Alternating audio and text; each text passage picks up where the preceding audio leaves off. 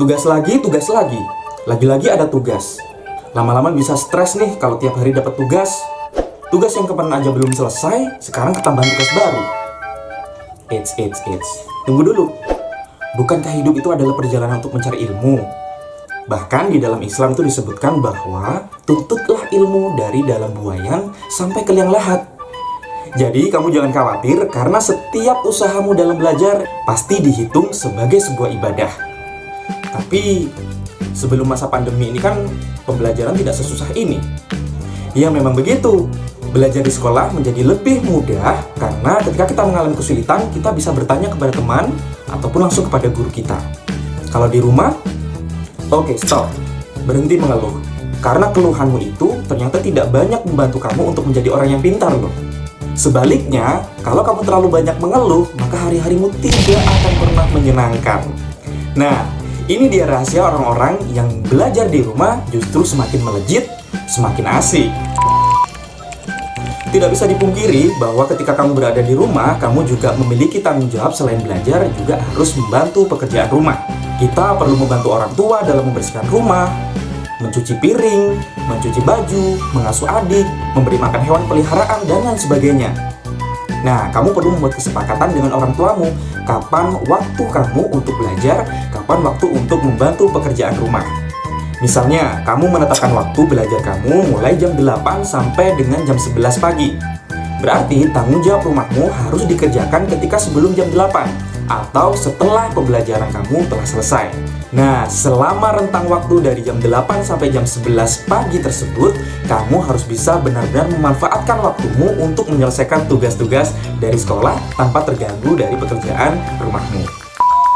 Tips yang kedua, ruang belajar harus nyaman.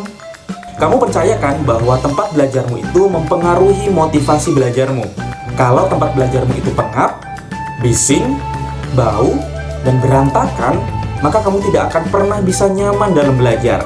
Jadi, pilihlah tempat yang benar-benar kondusif. Kamu bisa menyediakan meja belajar di dalam kamarmu, bisa juga belajar di teras atau di balkon rumah. Nah, yang perlu dihindari adalah jangan sampai kamu belajar di atas tempat tidurmu sambil rebahan.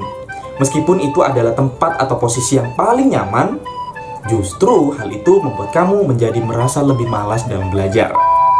Tips yang ketiga, belajarlah sesuai dengan gaya belajarmu. Sudah pasti kamu mengenal gaya belajarmu kan? Apakah kamu adalah orang yang visual, auditori, atau kinestetik? Gunakan pemahamanmu tentang gaya belajar yang kamu miliki tersebut dengan menyediakan atau membuat situasi dari belajarmu itu sesuai dengan gaya belajarmu. Misalnya, bagi kamu yang memiliki gaya belajar visual, kamu bisa menyediakan buku-buku referensi atau buku-buku bacaan dari LKS ataupun dari buku paket. Kalau materi-materi dari sumber tersebut kurang, kamu bisa memperkaya pengetahuan kamu dengan membaca dari website. Nah, jangan lupa karena indera yang paling sensitif dari kamu adalah mata, gunakan warna-warna ataupun grafik ataupun gambar-gambar yang bisa membuat kamu belajar menjadi lebih nyaman.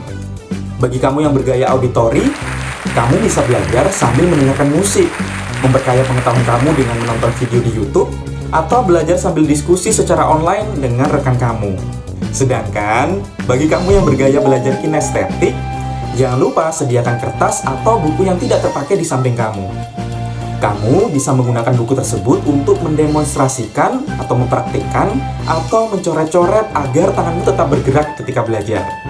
Misalnya, kamu mempelajari sesuatu dengan cara membuat mind mapping secara sederhana. Tips yang keempat, jauhkan dari hal-hal yang membuat kamu tidak fokus. Seringkali hal-hal yang menjadi hobi kita atau kesukaan kita justru mempengaruhi belajar kita. Agar lebih fokus, kamu harus berkomitmen untuk menjaga jarak dengan benda-benda tersebut. Misalnya, kalau kamu suka novel, selama belajar, simpan dulu novel kamu di tempat-tempat yang sulit kamu jangkau. Jika kamu mudah terganggu dengan suara, maka hindari belajar di depan televisi yang sedang menyala.